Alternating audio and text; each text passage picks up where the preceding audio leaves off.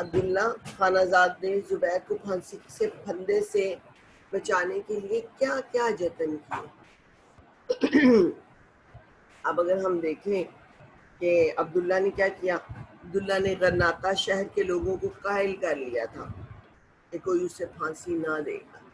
اس نے لوگوں سے بات کی اور ان کو بتایا کہ اس کو پھانسی نہیں ہونی چاہیے. باہر سے آنے والوں سے یہ قسم لینے کا انتظام کیا تھا کہ وہ زبیر کی پھانسی سے کوئی تعلق نہ رکھے. یعنی جو شخص شہر سے باہر داخل ہوتا تھا شہر کے اندر، اس سے یہ کہا جاتا تھا کہ تمہیں اس سے کوئی غرض نہیں ہوگی کہ عبداللہ کو پھانسی ہونی ہے، تم نے دینی ہے یا کس سے لینی ہے. شہر کے ناکوں پر اپنے آدمیوں کو تعینات کر دیا گیا. کیوں تعینات کر دیا گیا؟ تاکہ وہ پہلے ان سے اس بات کی قسم لے لیں کہ وہ اس بات کی حامی نہیں بھریں گے کہ عبداللہ وہ اس کو زبیر کو پھانسی دیں. جی حصہ دیکھیے، زبیر نے کیا جرم کیا تھا جس کی پاداش میں اسے پھانسی کی سزا ملی؟ اسے کیا کیا تھا؟ اس نے اپنے باپ کے غیر ملکی مہمان مگر اپنے رقیب کا قتل کیا. غیر ملکی تھا، مہمان تھا، لیکن اس کا رقیب تھا. زبیر کو پھانسی دینے کی خدمت کے لیے قرطبہ کو کوئی فتح بھی کیوں میسر نہیں آ رہا تھا؟ جی، زبیر چونکہ قرطبہ کے عوام کا دل پسند اور محبوب نوجوان تھا اور وہ اسے قاتل نہیں سمجھتے تھے، بلکہ ان کی نظر میں وہ بے گناہ تھا. اس سے قتل صرف محبت کی جلن کی وجہ سے ہوا تھا. یعنی وہ اپنی محبوبہ سے محبت کی جلن میں اس نے اس شخص کو قتل کیا اس وجہ سے. اور وہ لوگ سمجھتے تھے کہ زبیر نے کوئی گناہ نہیں کیا اگر اس کو مار دیا. وہ لوگوں کا ہر دل عزیز نوجوان تھا. آگے دیکھیے گا، زبیر کو پھانسی دینے کی خدمت کے لیے، یہ تو ہمارا ہو گیا. اگلا سوال ہے، بالآخر زبیر کو پھانسی دینے کی خدمت کس نے سر انجام دی؟ اب اس کا انتظام بھی ہو گیا، یہ ساری باتیں ہو گئی. تو بات یہ پتہ چلے کہ آخر کون شخص تھا جس نے اس کو پھانسی دینے کی حامی بھار لی. اس کا جواب ہے کہ پھانسی کے حکم پر عمل درآمد نہ ہونے کی صورت میں قرطبہ کے قاضی اور زبیر کے باپ نے خود اپنے زبیر کو پھانسی دینے کی خدمت انجام دی. یعنی اب جب دیکھا کہ کوئی نہیں ہے تو اس نے خود ہی کی خدمت سر انجام دی. پھانسی کی سزا پر عمل درآمد کے بعد قاضی یحییٰ بن منصور نے اپنے کمرے کا دروازہ کیوں مقفل کر لیا؟ اب یہ ہے کہ اپنے بیٹے کو خود اپنے ہاتھوں سے پھانسی دے کر، اب وہ قاضی تھا تو بطور قاضی اس نے پھانسی تو دے دی، اور اس کے دینے کے بعد قاضی کے جو باپ کی محبت ہے، اس کے پدرانہ جذبات جوش میں آ گئے اور وہ انہی کے زیر اثر خود کو لوگوں کی نظروں سے اوجھل رکھنے کے لیے اپنے آپ کو اپنے کمرے میں قید کر لیتا ہے. اگلا سوال دیکھیے گا، درج ذیل محاورات کا مفہوم واضح ہے. جی بیٹا، پہلا لفظ ہے ورنہ. جملہ بنائیے زینب، ورنہ.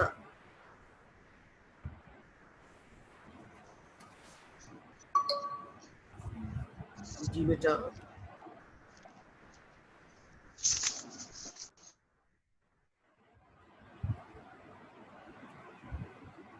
تم آ گئے تو ٹھیک. مس محاورات جی بیٹا، نہیں.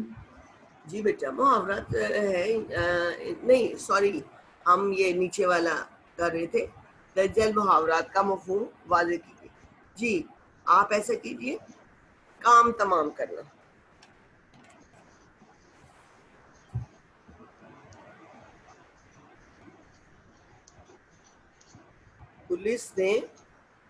پولیس نے مجرم کا کام تمام کر دیا. جی یہ تو محاورات ہے نا. آپ سوال نمبر 3 نکالیے، درج ذیل حروف کو اپنے جملوں میں استعمال کیجیے. ورنہ، ورنہ کا جملہ بنائیے بیٹا.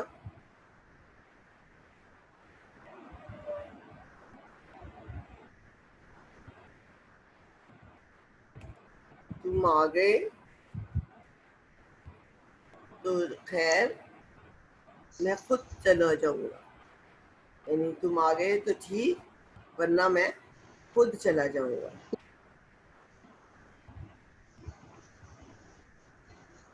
چاہے، چاہے کا جملہ بنائیے زینب.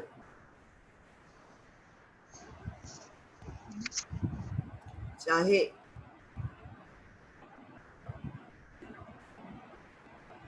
چاہے یہاں رہو، چاہے گھر چلے گا. خواہ، ہاں مزید تعلیم حاصل کر لو، ہاں اپنا خاندانی کاروبار سنبھال لو. سمجھ آ رہا ہے زینب بیٹا؟ یس مس. جبکہ چھوٹی عمر میں ہی کام کرنے لگے ہو، جبکہ تمہیں ابھی مزید تعلیم کی ضرورت ہے. ابھی سے کام کرنے لگے ہو جبکہ تمہیں ابھی آرام کی ضرورت ہے. اگر آپ یہ کام کر دیں تو بڑی مہربانی ہو. اگر آپ آج ہی اس کام کو کر دیں تو بڑی مہربانی ہو. اگر آپ آج ہی سبق کو یاد کر لیں تو مہربانی ہو. مگر میں نے اسے بہت سمجھایا مگر وہ باز نہ آیا.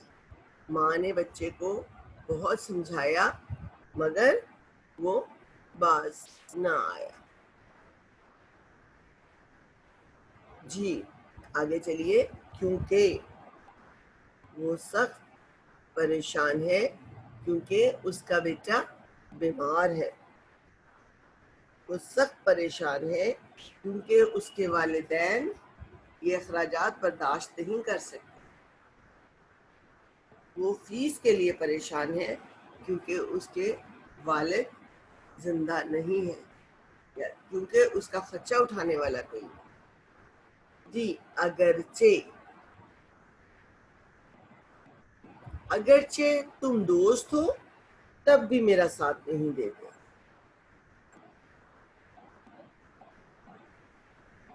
اگرچہ وہ اچھا خاصا امیر ہے پھر بھی غریبوں کی مدد نہیں کرتا. اگرچہ اللہ نے اس کو بہت کچھ دے رکھا ہے پھر بھی وہ دل کا کنجوس ہے. لیکن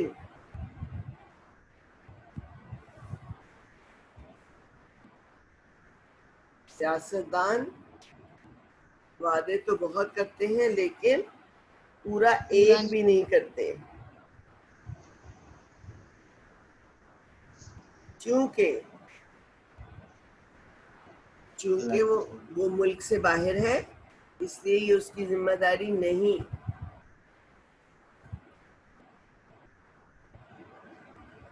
چونکہ وہ علیحدہ گھر میں رہتے ہیں اس لیے اس گھر کی ذمہ داری اس کی نہیں. اس لیے کہ میں تمہیں بار بار سمجھا رہی ہوں، اس لیے کہ تم ابھی نادان ہو. میں تمہیں دوسروں سے بچانا چاہتی ہوں اس لیے کہ ابھی تم کم عمر ہو.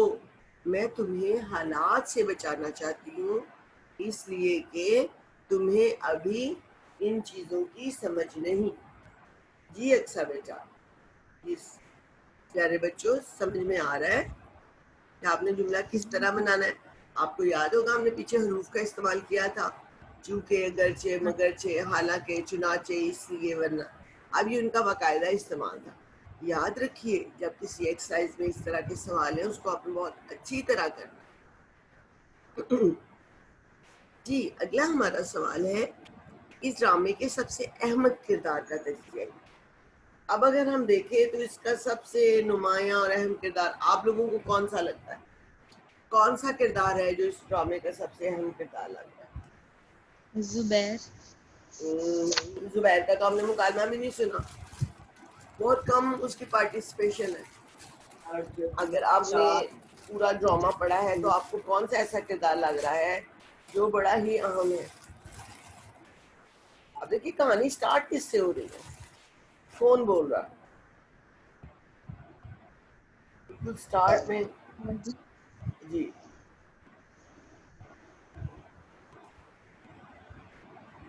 بیٹا کیا حلاوہ نہیں ہے اس کا کردار؟ علاوہ بھی ہے. جس نے اس کو پالا ہے، جس کو تکلیف ہو رہی ہے. اس ڈرامے کا سب سے اہم اور نمایاں کردار حلاوہ کا ہے. یہ عورت قادری کے بیٹے کی دایا ہے جس نے اسے ماں بن کر پالا، کیونکہ زبیر کی پیدائش کے 3 دن بعد اس کی ماں دنیا سے رخصت ہو گئی. اب آپ نے اس کے کردار پہ لکھنا ہے ذرا. پھر اس کے بعد حلاوہ نے اسے دودھ پلایا، پالا پوسا، پروان چڑھایا. ڈرامے میں حلاوہ کا کردار خاصا عجیب و غریب ہے، اور ایک لحاظ سے یہ کردار قاضی یحییٰ بن منصور کے کردار سے بھی بڑا اور گہرا ہے.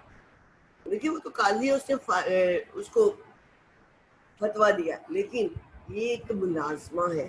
لیکن کیوں ہے کہ قاضی کے سامنے ایک اور صرف ایک بات ہے، اور وہ ہے انصاف کو پورا کرنا. وہ انصاف پسند ہے اور اپنے فرض کی ادائیگی کرتا ہے. اسی انصاف پسندی اور فرض شناسی کی بدولت جب وہ دیکھتا ہے کہ کوئی شخص زبیر کو سولی چڑھانے کے لیے تیار نہیں، وہ کیا کرتا ہے؟ وہ خود آگے بڑھ کر اپنے ہاتھوں سے اپنے بیٹے کو سولی پر چڑھا دیتا ہے. جبکہ اس کے علاوہ اگر آپ حلاوہ کا کردار دیکھتے ہیں تو حلاوہ کے سینے میں کئی قسم کے جذبات ہیں. اس نے زبیر کو اس وقت دودھ پلانا شروع کیا جب اس 3 دن کا معصوم اور بے بس تھا. اس لیے اس کے دل میں زبیر کی وہی محبت ہے جو کہ ایک حقیقی ماں کے دل میں ہوتی ہے. وہ دل سے چاہتی ہے کہ زبیر سولی نہ چڑھنے پائے، مگر اسے قاضی کے مزاج کا بھی علم ہے کہ قاضی زبیر پر رحم نہیں کرے. یعنی اس کو یہ پتا ہے کہ اگر زبیر کو کوئی اور نہیں دے گا تو قاضی اس کو بخشے گا نہیں اور زبیر کو سولی پر چڑھا دیا جائے گا. اسی لیے وہ قاضی کا جو غلام ہے عبداللہ، اس کی بات کا یقین نہیں کرتی کہ کوئی آدمی بھی زبیر کو سولی چڑھانے پر تیار نہیں ہوگا. اب اس کے دل میں اس کو یہ بھی پتا ہے کہ قاضی کا مزاج کیسا ہے. اس نے اس بچے کو بھی پالا ہے، اب وہ بچے کو بھی بچانا چاہتی ہے، اور اس کو یہ علم ہے کہ قاضی اس بات سے ٹلے گا نہیں. حلاوہ موقع شناسی کی اہلیت سے بہرا ہوا، وہ موقع شناس. قاضی کے آنے سے پہلے اور بعد میں وہ عبداللہ کے ساتھ صرف اپنے اور زبیر کے درمیان رشتے کا ذکر کرتی اور صرف اتنا کہتی ہے کہ میں نے زبیر کو اپنا دودھ پلا کر پالا ہے اور میرے دودھ اور ایک بچی آ گئی ہے اس کو ایڈمٹ کر لیں جی. اور وہ اس کو کہتی ہے کہ میں نے اس کو پیدا تو نہیں کیا لیکن میں نے اسے پالا ماں کی طرح ہے. وہ اس کو اپنی محبت کا یقین دلاتی ہے. اس کے علاوہ اس کا مقصد یہ ہے کہ وہ قاضی کو یہ بتائے کہ زبیر آپ کا خون آپ کے وجود کا ایک حقیقی حصہ ہے اور اس کی موت سے آپ کو ایک ایسا نقصان پہنچے گا. قاضی اسے اپنے سامنے سے لے جانے کا حکم دیتا ہے. جب وہ جا کے قاضی کو یہ بات بتاتی ہے تو وہ کہتا ہے چلی جاؤ جاؤ یہاں سے چلی جاؤ. اور حلاوہ کی باتیں وہ اس لیے کہتا ہے کہ کہیں اس کی باتیں قاضی کے دل پہ اثر نہ کر جائے اور وہ انصاف سے ہٹ نہ جائے. اب جو حلاوہ ہے وہ کھڑکی سے زبیر کو سولی پر چڑھتے دیکھ کر اس کی ہمت اور حوصلے کی داد بھی دیتی ہے، مگر اس نے حالات کا جو اندازہ لگایا ہوتا ہے وہ صحیح ثابت. اسے کہتی ہے نا کہ ایسا ہو نہیں سکتا، کیونکہ اسے پتا ہے کہ قاضی اپنی بات کو پورا کروائے گا. اور قاضی پھانسی کے بعد اپنے آپ کو کمرے میں بند کر لیتا ہے اور اس طریقے سے وہ اپنا فرض بھی پورا کرتا ہے. اور حلاوہ قاضی کے خانہ زاد عبداللہ کو بلاتی ہے جو غلام ہے کہ اب ہم اسے کبھی دوبارہ زندہ نہ دیکھ سکیں گے. تو پڑھنے والوں کو یہ پتہ چل جاتا ہے کہ اپنے بیٹے زبیر کی موت سے اس کو نقصان تو پہنچا ہے قاضی کو، اور حلاوہ نے حالات سے یہ نتیجہ اخذ کیا تھا. آپ کے یہاں حلاوہ کا، حلاوہ کے جذبات کا، حلاوہ کی سوچ کا، اس کی محبت کا، اس کی دور اندیشی کا، اس کی موقع شناسی کا، ان باتوں کا ذکر کرنا ہے تو یہ چیز آپ کو کلیئر ہو جائے گی. جی پیاری بچیوں، یہ آپ کو کلیئر ہو گیا کہ ہم نے کس طریقے سے اس سوال کو کرنا ہے. اگلا ہے سبق کے متن کو یہ آپ نے خالی جگہ مکمل کرنی ہے. جی تو کیسے کریں گے بتائیے. اب آپ تھوڑا پارٹیسپیٹ کیجئے. سارے ڈیش میں ایک شخص نہیں جو کسی کے حکم سے اسے سولی چڑھائے. سارے کرتبہ. سارے کو کرو. جی بیٹا آگے چلیے. اگلا سوال پڑھیے. اقصا انہیں ڈیش جو کہے گا وہ انہیں جو کہے انہیں جو کہے گا وہ کر انہیں ڈیش جو کہے گا وہ کر ڈالے گا. قانون. آپ بتائیے خدیجہ. خدیجہ جی بیٹا. مائکس تھوڑا میوٹ کر لیجیے.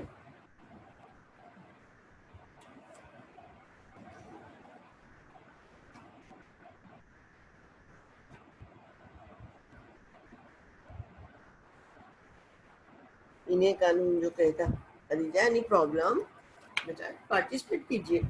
جی اگلا پڑھیے. اقصا آپ کیجیے. اقصا آج کے دن اس کے ڈیش کی تعمیل نہ ہونے پائے گی. فتوے فتوے نہیں فتویٰ. فتویٰ جو قاضی دیتا فتویٰ. آج کے دن اس کے فتوے کی تعمیل نہ ہونے پائے گی. جی اگلا سوال زینب آپ ہجوم کیجیے. میں سے چلیے پڑھیے ٹھیک ہے. ہجوم میں سے ہجوم میں سے ڈیش کا ایک دلدوز شور اٹھتا ہے. گریو بکا. گریا و بکا آہو بکا جس کو کہتے ہیں گریا و بکا. جی اگلا بھی پڑھیے. الہی آج کا ڈیش یہ کیا دیکھ رہا ہے. آفتاب. ٹھیک ہے بیٹا. جی اب یہ مشق آپ پر کلیئر ہو گئی. اب آپ کو سمجھ آ گیا کہ آپ نے اس کا خلاصہ اور کل آپ مجھے خلاصہ بھی دکھائیں گے اور کام یہ ایکسرسائز کی ہوئی میں چیک کروں گی. آپ اسی طرح مجھے اپنی سکرینز پہ چیک کروائیں. ٹھیک ہے. کل آپ لوگ اپنی سکرینز آن کریں گے اور مجھے اپنا کام چیک کروائیں گے. آپ لوگ کام ساتھ ساتھ کرتے چلے جا رہے ہیں نا. کل میں آپ لوگوں کی سکرین آن کرواؤں گی اور آپ لوگوں سے سوال جواب کروں گی. ٹھیک ہے. جی بیٹا اب ہماری اس سے اگلی کہانی ہے مواصلات کے جدید ذرائع.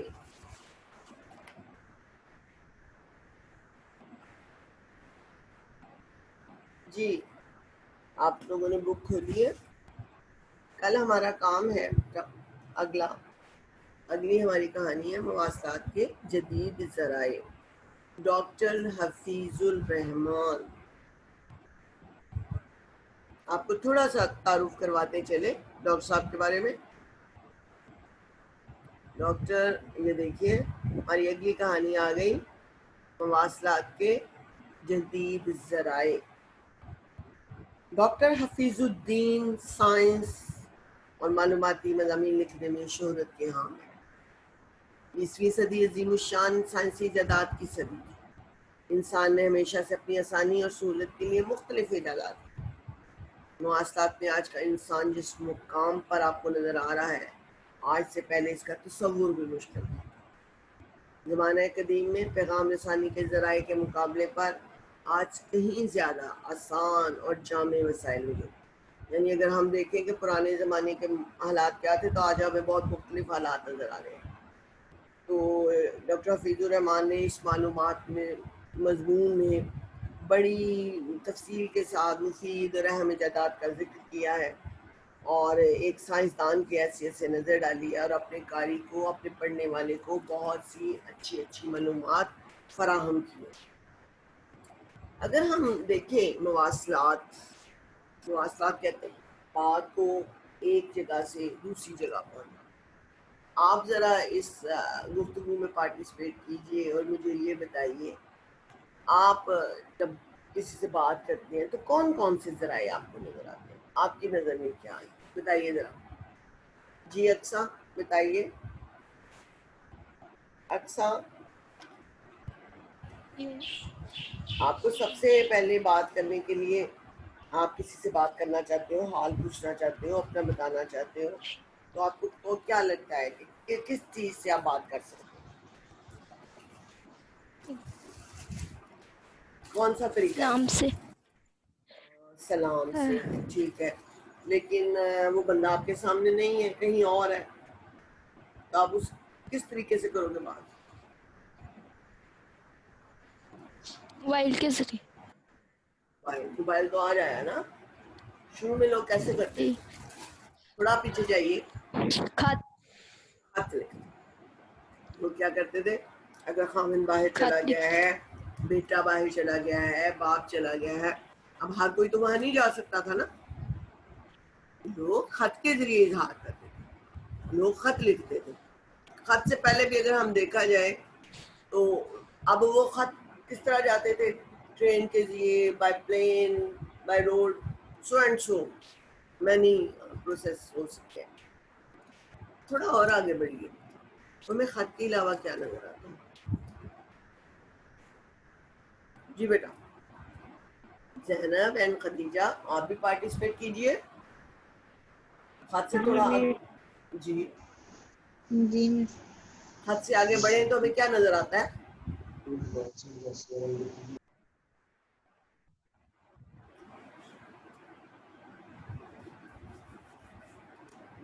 خط جس دور میں تھا، اگر ہم دیکھیں اب سب پڑھے لکھے بھی نہیں تھے، کچھ تو کسی سے لکھوا لیتے تھے. ٹیلی گرام ہوتا تھا، ڈاک خانے میں جاتے لوگ خط لکھواتے تھے یا ڈالتے تھے. ٹیلی گرافک ہوتا تھا. پھر تھوڑا اور زمانہ بدلتا ہے، آگے بڑھتا ہے. خط، ٹیلی گرام، تار، پھر وائرلیس آ جاتا ہے. جب وائرلیس آتا ہے تو وائرلیس کے بعد آپ نے کبھی بچپن میں دیکھا ہے کہ بچے 2 ڈبیا لے کے اس کے درمیان دھاگا باندھ کے ایک کونے میں ایک کونے میں بھولتے ہیں، ایک کان کو لگاتا ہے، ایک منہ کو لگاتا ہے، تو وہ آواز کا جو اتار چڑھاؤ ہے وہ ڈبیا میں پیدا ہو کے ٹیلی فون کا کام. اب وائرلیس بن گیا تو ریڈیو ایجاد ہو گیا. ریڈیو ایجاد ہو گیا تو ٹرانسمیٹر ہو گیا. کھٹ کھٹ کھٹ کھٹ فون ہو گیا. فون ہوا تو پھر تھوڑا سا اور آگے کو بڑھے تو ٹیلی فون سے آگے ہمیں نظر آتا ہے کہ جی میسیجنگ آ گئی. میسیجنگ سے آگے پھر ہمیں اب تصویریں آتی ہیں. پہلے تو خط تھا، پھر ریڈیو آیا، پھر ٹیلی ویژن آیا، پھر فون آیا. پھر فون کی بات تھوڑا اور آگے بڑھتی ہے. فون میں پھر فیکس مشین آ گئی، پھر ای میلز آ گئی، لوگ ایک دوسرے کو کاپی کر کے بھیجنے لگے، ویسے ہی ٹیکسٹ بھیجنے لگے. پھر میسیجز آ گئے، ٹیلی فیکس آ گئے، ٹیلی پرنٹرز آ گئے، موبائلز آ گئے. پہلے کارڈ لیس آئے، پھر موبائلز آئے، پھر موبائلز میں اینڈرائڈ آیا، پھر موبائلز کے اندر آپ کو لیپ ٹاپ بھی مل گیا، آپ کو ٹائپنگ. اب دیکھیں نا وقت کے ساتھ ساتھ یہ چیزیں ایڈ ہوئی نا. اگر آپ کچھ عرصہ پہلے جائیں تو فون تھا جی، بات ہوتی تھی، فون پہ بات ہوتی تھی. پھر میسیجنگ ہونے لگی، پھر تصویریں بھیجی جانے لگے. اب آپ ویڈیو کال کرتے ہیں، ویڈیو چیٹ کرتے ہیں. تو یہ تمام بدلتے وقت کے ساتھ، بدلتی ٹیکنالوجی کے ساتھ انسان کی ترقی جو تھی وہ ان اشکال میں ظہور پذیر ہوتی ہے، اور انسان ترقی کے اس دور میں اپنی زندگی کو اور مزید آسان بنا لیتا ہے. اب یہ کہانی جب لکھی گئی تب تک ویڈیو کالز اور ویڈیو چیٹس کا زمانہ نہیں تھا. لیکن اب چونکہ ہے، ہم کچھ عرصہ پہلے سنتے تھے کہ جی فون کرنے والے کی ہم تصویر دیکھ سکیں. آج ہم تصویر چھوڑیں، ہم لائیو بات کرتے ہیں، لائیو فنکشن دیکھتے ہیں. اگر کوئی دوسرے ملک میں ہے، اس کا عزیز رشتہ دار فوت ہو جاتا ہے تو ہم اس کو لائیو اس کی شکل دکھاتے ہیں، شادی میں لائیو شرکت کرتے ہیں. تو اب اس سے ہٹ کے تھوڑا چلے تو آپ نے دیکھا ہوگا کہ آن لائن جو کانفرنسز ہوتی ہیں، ایک سکرین پہ اس کو آپ دیکھتے ہیں کہ ایک شخص ہے وہ سب کے ساتھ میٹنگ کر رہا ہے. آپ پاکستان میں بیٹھے ہو، ایک اٹلی میں بیٹھا ہے، ایک اسپین میں ہے، چوتھا نیو یارک میں ہے. آپ اس کو ایک ایکسچینج کے ذریعے سب کے ساتھ شامل ہو جاتے ہیں. یہ چیز آپ نے ٹی وی پہ دیکھی ہوگی. آج کل سیاستدان یہ جو آپ کے کرونا کے سلسلے میں یا فلاں سلسلے میں جب کانفرنسز کر رہے ہیں تو آپ نے یہ چیز نوٹ کی ہوگی، ایک شخص ایٹ اے ٹائم یا وہ اٹلی جائے یا اسپین جائے یا نیو یارک جائے یا چائنا جائے، اتنا تو ٹائم نہیں نا وہ سب کو آن لائن پہ لے. ایٹ اے ٹائم آپ پوری دنیا کے لوگوں کی رائے لے سکتے ہیں. تو یہ ہے مواصلات کے جدید ذرائع. جی بیٹا آپ لوگوں کی سمجھ میں آیا کچھ؟ جی Is it clear؟ Yes, miss. کل آپ نے کرتبہ کا قاضی Yes, کا miss. خلاصہ اور مشق لکھنی ہے اور یاد کرنی ہے. کل میں اسکرین پہ چیک کروں گی. مواصلات کے جدید ذرائع یہ کل آپ کو پڑھاؤں گی اور اس کے اوپر آپ نے مضمون یاد کرنا ہے. مواصلات کے جدید ذرائع. ٹھیک ہے جی, اب آپ کو سمجھ آ گئی؟ Any question? Any question? No, miss. کوئی چیز پوچھنی ہو, سمجھنی ہو تو آپ بتا دیجئے, میں آپ کو سمجھا دوں. نتھنگ؟ آپ کو کلیئر ہو رہا ہے نا میرا بچہ؟ Yes, miss. جی, جو کسی چیز کے سمجھنے میں آپ کو پرابلم آ رہی ہے تو وہ مجھ سے پوچھ لیجئے, میں آپ کو بتا دوں گی. اور اس کو یاد کیجئے, اللہ تعالیٰ نے چاہا تو انشاءاللہ فضل خدا 15 سپٹمبر کو اگر کرونا قابو میں آ گیا ضرور آپ کی ہماری ملاقات ہوگی. ہم سلیبس آپ کو آلریڈی کروا چکے ہیں, جو بھی کروا دیا اس کو اچھی طرح کیجئے. تو اس کو سمجھ کے یاد کر کے اب باقی بچوں کے میسیجز آنا شروع ہو جائیں گے